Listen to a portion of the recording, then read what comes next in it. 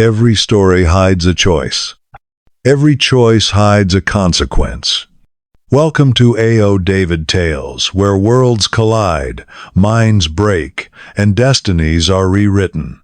The labor room smelled of disinfectant and rain, the kind of clean that tries too hard to hide what has already broken.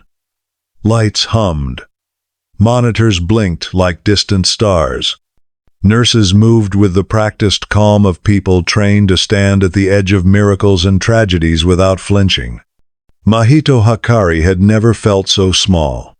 He had stood on battlements where armies bowed to his presence. He had sealed rivers of power with a single, threaded chant.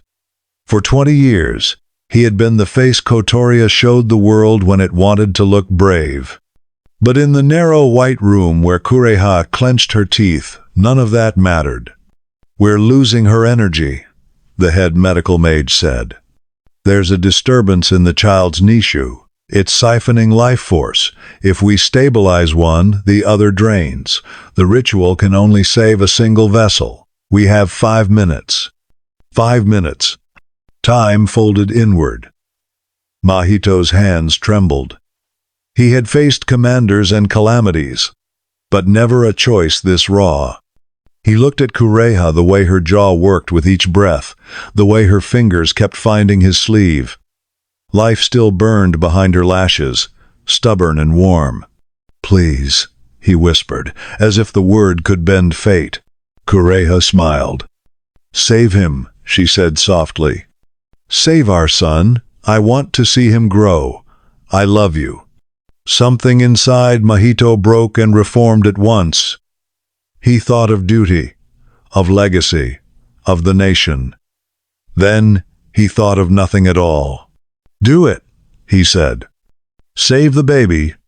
The ritual passed in fragments, voices, motion, light. Mahito could not watch it all.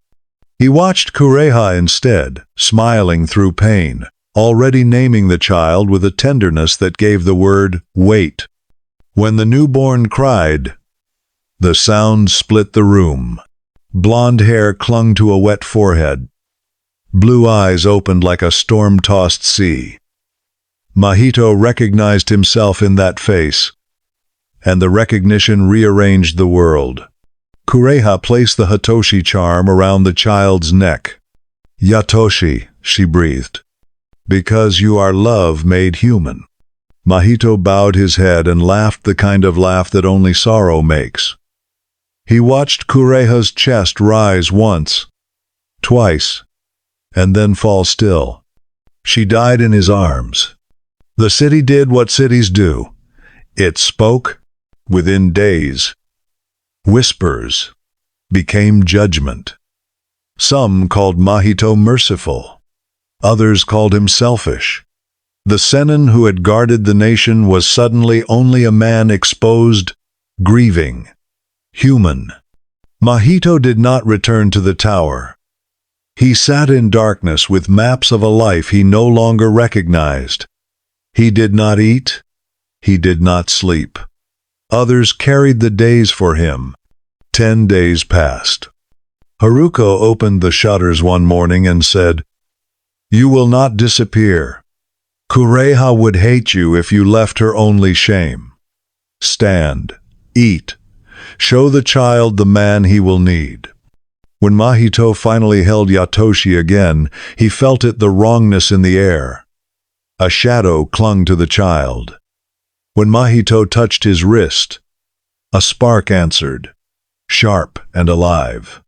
They took the newborn to the Kotoria Torture Organization, a place where spirits were measured and truths uncovered.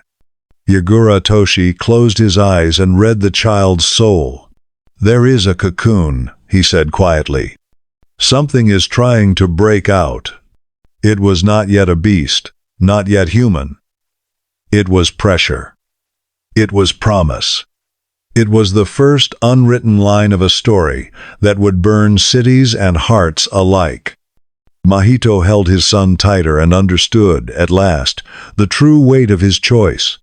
That night, as the city whispered, Yatōshi slept peacefully, unaware that the cords of his life were already knotted with war.